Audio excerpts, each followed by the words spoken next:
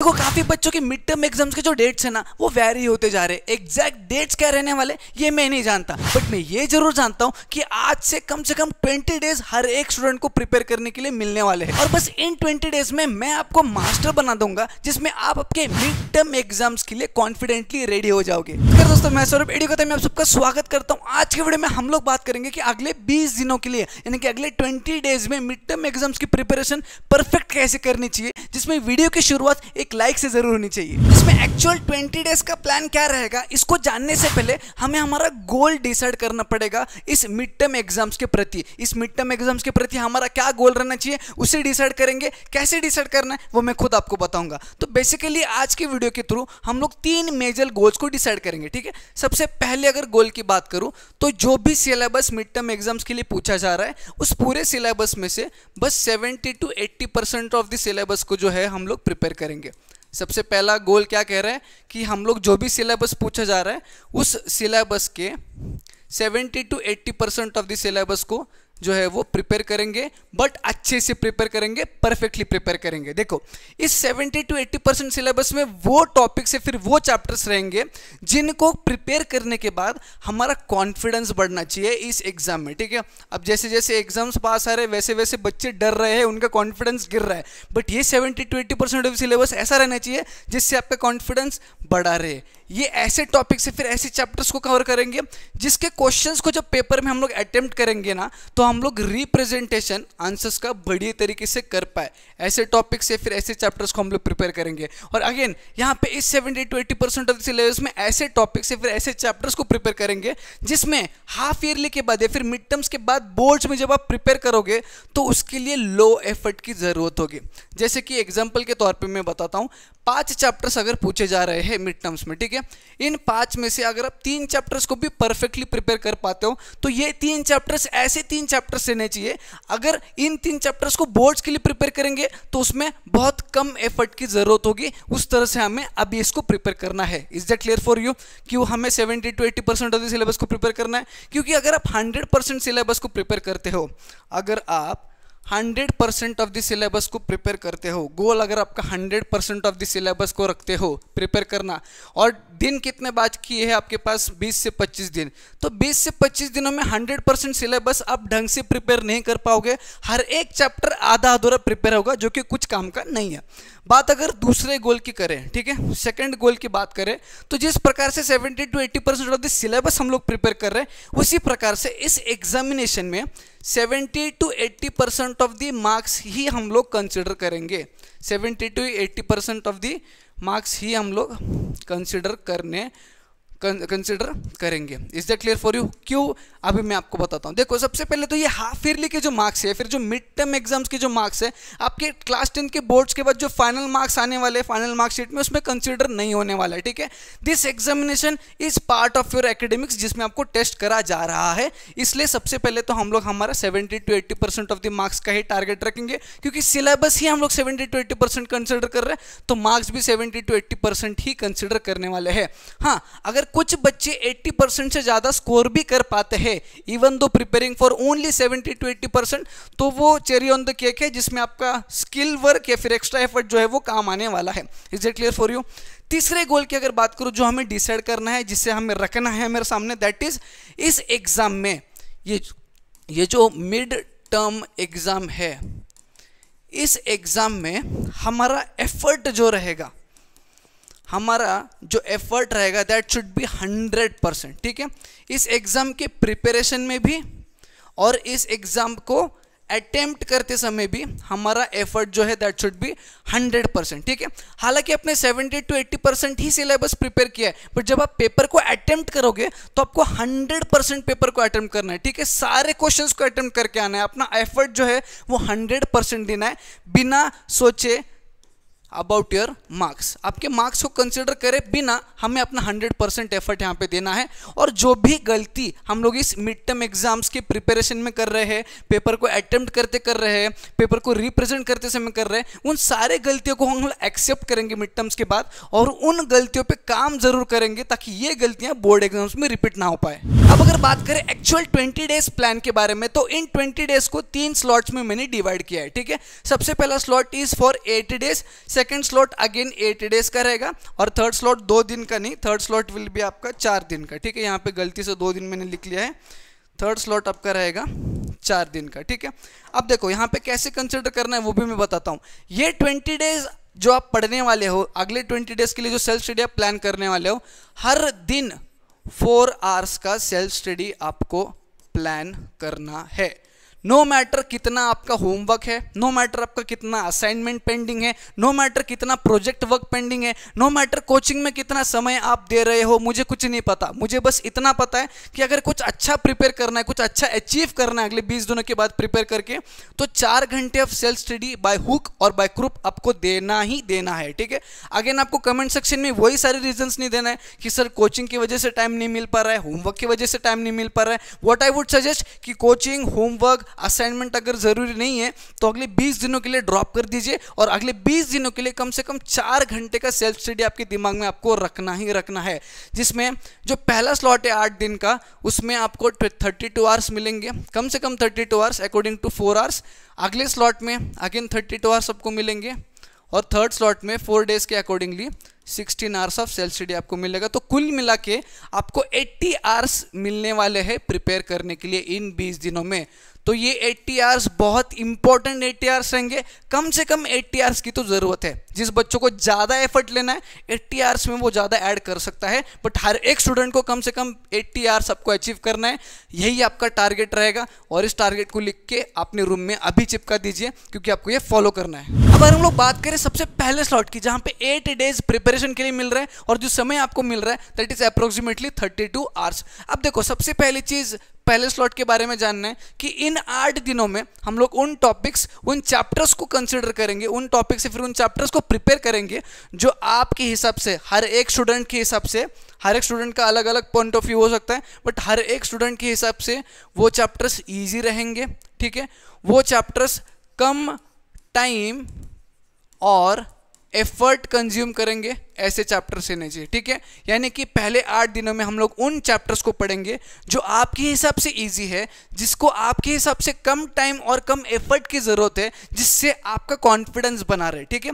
जैसे कि for example 5 chapters exams में पूछे जा रहे हैं और इस 5 चैप्टर्स में से अगर आप 3 चैप्टर्स को भी इस कैटेगरी के अंडर कंसिडर कर लेते हो तो इन 3 चैप्टर्स को पढ़ने के बाद आपका कॉन्फिडेंस बढ़ेगा, गिरेगा नहीं। और शुरुआत ही अगर आप डिफिकल्ट चैप्टर से करते हो और डिफिकल्ट चैप्टर्स अगर आप कवर नहीं कर पाते इन 8 दिनों में, तो आप ना ढंग से 3 चैप्टर्स कर पाओगे, ना ढंग से 1 या 2 वो डिफिकल्ट चैप्टर्स कर पाओगे, जिससे आपका कॉन्फिडेंस गिरेगा। इसलिए शुरुआत हम लोग इजी, कम टाइम लेने वाला है, फिर कम एफर्ट लेने वाले चैप्टर से ही करेंगे जो आपके हिसाब से इजी है, ठीक है। मैं यहाँ पे कोई चैप्टर को डिनोट नहीं करूंगा कि ये प्रिपेयर करो, वो प्रिपेयर करो, प्लानिंग तो आपको ही करना है, मैं तो बस आपको गाइड कर रहा हूँ।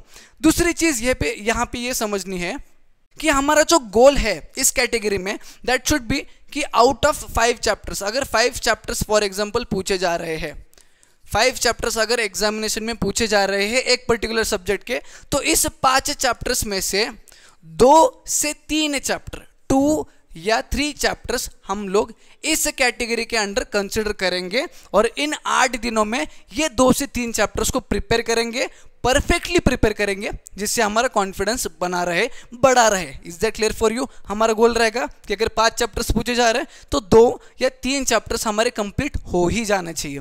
तीसरी चीज, ये जो 4 घंटे आपको इन 8 दिनों में इन्वेस्ट करने हैं, इन 4 घंटे को 2 चीजों में डिवाइड करना है। सबसे पहले 2 घंटे तो आप जो टॉपिक्स पढ़ रहे हो उन टॉपिक्स को पढ़ने के लिए, यानी कि रीड करने के लिए और उनके कंसेप्ट को समझने के लिए, अंडरस्टैंड करने के लिए हमें यूज़ करना है, ठीक है। जहाँ पे आप टेक्स्ट बुक की मदद ले सकते हो, रेफरेंस बुक की मदद ले सकते हो, गूगल के आर्टिकल्स की मदद ले सकते हो, कोई वीडियो लेक्चर की मदद ले सकते हो जिसके थ्रू आप कंसेप्ट को समझ रहे हो। वो सारी चीज़ें आपको पहले 2 घंटे में करनी है और बाद वाले जो 2 घंटे हैं इसमें कंपल्सरी आपकी राइटिंग प्रैक्टिस होनी ही चाहिए। अगर थ्योरेटिकल सब्जेक्ट्स की बात कर रहा हूँ, नॉन थ्योरेटिकल की बात कर रहा हूँ जैसे मैथमेटिक्स की, तो सॉल्विंग प्रैक्टिस होनी ही चाहिए, ठीक है। अब यहाँ पे इसके भी 2 रीजंस हैं। वाई? बिकॉज जो चीज़ आप पढ़ रहे हो अगर आप उसको लिख के प्रैक्टिस करते हो ना तो ज़्यादा देर तक, ज़्यादा समय तक वो आपके दिमाग में बैठेगा। अगर पढ़ोगे तो अगर 4 दिन के लिए बैठ रहा है तो वही चीज़ अगर लिख के निकालोगे, लिख के प्रैक्टिस करोगे अपने ओन वर्ड्स में, तो वो 8 या 10 दिन के लिए आपके दिमाग में बैठेगा, उससे ज़्यादा भी बैठ सकता है। दूसरा रीज़न ये है कि जैसे जैसे आप लिख कर प्रैक्टिस करते हो वैसे वैसे आपको समझ में आता है कि आंसर को किस तरह से प्लॉट करना है, किस तरह से लिखा जाता है एग्जामिनेशन में।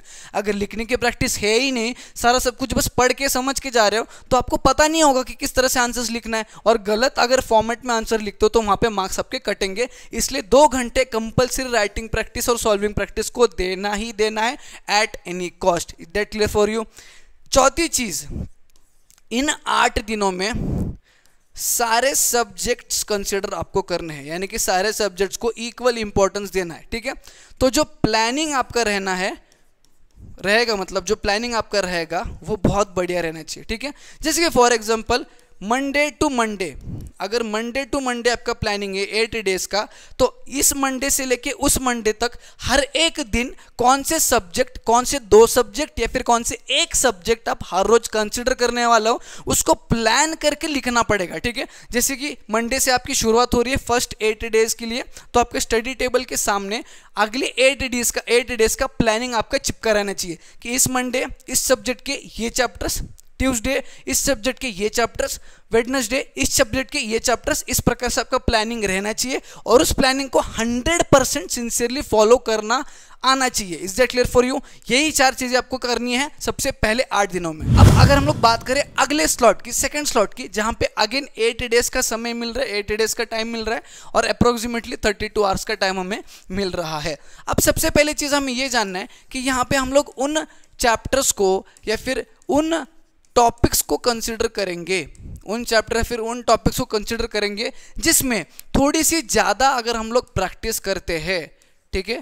थोड़ा सा ज़्यादा अगर हम लोग प्रैक्टिस करते हैं, थोड़ा सा ज़्यादा पढ़ते हैं, डेप्थ में जाके 1-2 बार और पढ़ेंगे, 1-2 बार और प्रैक्टिस करेंगे, तो उन चैप्टर्स में भी हमारा कॉन्फिडेंस बढ़ पाएगा या फिर उस चैप्टर्स में भी हमारा कॉन्फिडेंस बढ़ेगा। उन चैप्टर्स को प्रिपेयर करना है, ठीक है? फॉर एग्जांपल एक चैप्टर है जो फर्स्ट टाइम पढ़ने के बाद आपको उतने अच्छे तरीके से समझ में नहीं आ रहा है, उसमें उतना बढ़िया कॉन्फिडेंस नहीं आ रहा है, बट उस चैप्टर को आप 1-2 बार और पढ़ रहे हो, उसके बेस पे क्वेश्चंस 1-2 बार आप और सॉल्व कर रहे हो, 2-3 क्वेश्चंस ज़्यादा सॉल्व कर रहे हो, तब तो आपका कॉन्फिडेंस बढ़ेगा। उस टाइप वाले चैप्टर्स आपको इन 8 डेज में हाथ में लेने हैं और उन्हें कंप्लीट करना है, जहां पर हमारा गोल यही रहेगा कि अगर 5 चैप्टर्स पूछे जा रहे हैं ना हर एक सब्जेक्ट के एग्जाम्स में, तो 2 से 3 चैप्टर तो आपने इजी वाले कंसिडर कर लिए, तो इस कैटेगरी के अंडर 1 या फिर 2 चैप्टर भी आप कंसिडर कर लेते हो, प्रिपेयर कर पाते हो, तो दैट वुड बी बहुत बढ़िया फॉर यू, ठीक है? 1 से 2 चैप्टर इस कैटेगरी वाले, जिसको थोड़ा सा और ज़्यादा प्रैक्टिस करेंगे तो कॉन्फिडेंस बढ़ेगा, थोड़ा सा और ज़्यादा पढ़ेंगे तो कॉन्फिडेंस बढ़ेगा। ये टाइप ऑफ चैप्टर्स को अगर आप 1-2 चैप्टर्स को कंप्लीट कर लेते हो तो बहुत बढ़िया आपके लिए रहने वाला है। अगेन तीसरी चीज़ वही रहेगा कि 4 घंटे जो आप इन्वेस्ट कर रहे हो, कॉमन है, 2 घंटे आप पढ़ने के लिए इन्वेस्ट करोगे, 2 घंटे आप प्रैक्टिस करने के लिए करोगे। बट जैसे कि मैंने अभी आपको कहा कि ये वो चैप्टर्स है जिसमें प्रैक्टिस थोड़ी ज़्यादा करने की ज़रूरत है, जिसमें ज़्यादा एफर्ट देने की ज़रूरत है, तो आप प्रैक्टिस करने के लिए 2 घंटे का समय अगर आपको कम हो रहा है, कम मिल रहा है, तो व्हाट आई वुड सजेस्ट कि यहाँ पे आधा घंटा या 1 घंटा एक्स्ट्रा एक्सट्रैक्ट करने की कोशिश कीजिए। यानी कि जो 4 घंटे का सेल्फ स्टडी आप हर रोज कर रहे थे, बट इन 8 दिनों के लिए अगर आप आधा घंटा हर रोज ज़्यादा निकाल पाते हो या फिर 1-1 घंटा ज़्यादा निकाल पाते हो, ताकि इन पे ज़्यादा प्रैक्टिस कर पाए। ये 2 घंटे का प्रैक्टिस हमारा 2.5 आवर्स का या फिर 3 आवर्स का अगर होता है, तो ये चैप्टर्स आप परफेक्टली कंसिडर कर पाओगे। Is that clear for you? हमारा गोल यही रहना चाहिए कि सारे सब्जेक्ट्स को इक्वल इंपॉर्टेंस इस स्लॉट में भी हमें देना है। और वहीं पे अगर हम लोग आखिरी 4 दिनों की बात करें, यानी कि थर्ड स्लॉट की बात करें, तो यहाँ पर हमारा गोल बहुत सिंपल है, ठीक है?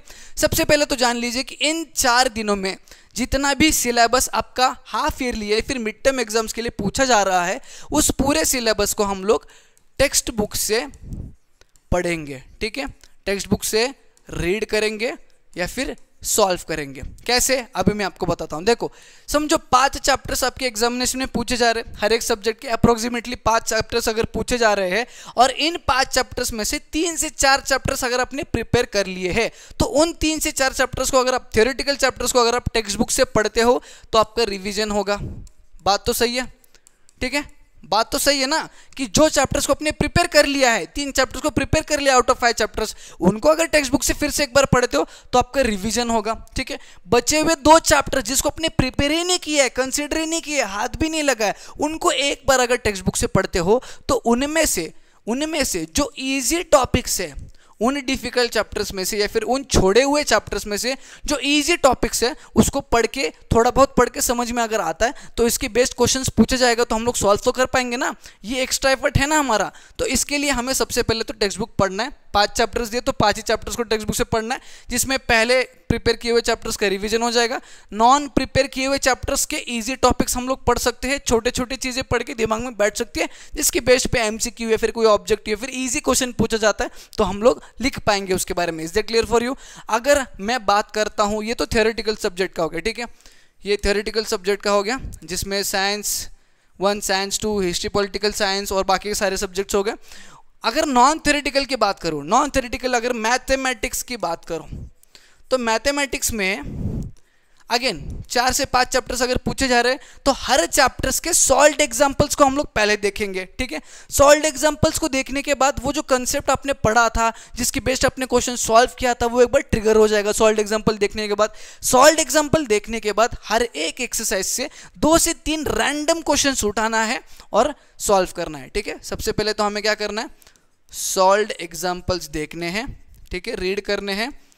उसके बाद टेक्स्ट बुक एक्सरसाइज यानी कि प्रैक्टिस सेट में से आपके 2 से 3 क्वेश्चंस, 2 to 3 ज़्यादा भी क्वेश्चंस हो सकता है, रैंडमली उठाओ, सॉल्व करने की कोशिश करो। अगर क्वेश्चंस अच्छे से सॉल्व कर पा रहे हो तो go to the next topic, नहीं कर पा रहे हो तो अगेन सॉल्व एग्जांपल पे आओ, कहाँ पे गलती कर रही हो ये देखो, फिर आगे बढ़ना। ठीक है, अब ये हो गया जो चैप्टर्स को अपने प्रिपेयर किया, 5 चैप्टर्स में से 3 चैप्टर को प्रिपेयर किया तो ये फॉर्मेट में पढ़ोगे। अगेन 2 चैप्टर जिसको प्रिपेयर ही नहीं किया आपने, उसका क्या करना है, तो again what I would suggest कि उनके सॉल्व एग्जांपल्स को एक बार देख लो। ठीक है, उनके सॉल्व एग्जांपल्स को देखने के बाद क्या आपको समझ में आ रहा है कि क्या कंसेप्ट यूज किया है, किस तरह से हमें फॉर्मुलेट करना है, किस तरह से हमें आंसर को निकालना है, ये अगर आपको समझ में आ रहा है तो जाइए प्रैक्टिस सेट में।